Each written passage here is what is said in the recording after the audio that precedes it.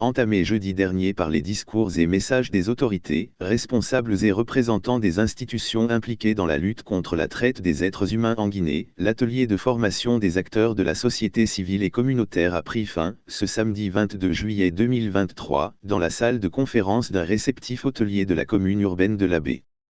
C'était en présence notamment de l'Organisation internationale pour les migrations, le Haut-Commissariat des Nations Unies des droits de l'homme, le KNLTPA, ministère de la promotion féminine, de l'enfance et des personnes vulnérables, le ministère de la Sécurité et de la Protection civile, le ministère de la Justice et le Haut Commandement de la Gendarmerie nationale. Au sortir de la formation, les participants dans leur ensemble se sont félicités de la qualité des débats mais aussi du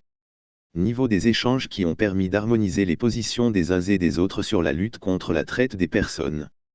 Cet atelier nous a donné des notions qu'on ne connaissait pas dans le cadre de la traite des personnes et pratiques assimilées. À l'issue de cet atelier, nous avons tous les outils qu'on ne connaissait pas dans le cadre de l'identification des personnes victimes de traite et pratiques assimilées. Nous avons aussi compris quels sont les mécanismes de prise en charge de ces personnes et comment les accompagner afin de les rétablir dans leurs droits.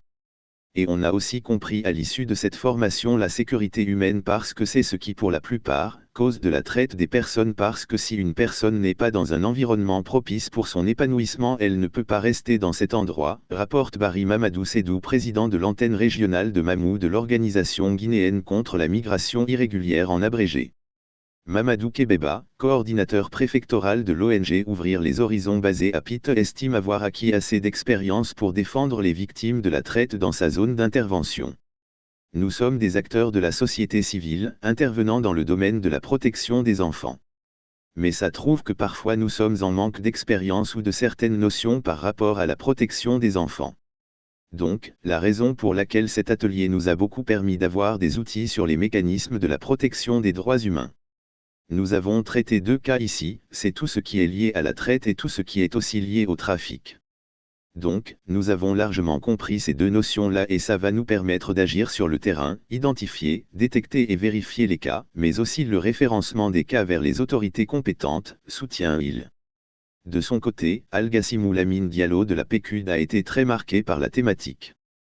Ça m'a beaucoup marqué parce que là, nous sommes outillés pour participer activement à la lutte contre la traite des personnes et pratiques assimilées en République de Guinée, surtout au niveau de notre région La Baie.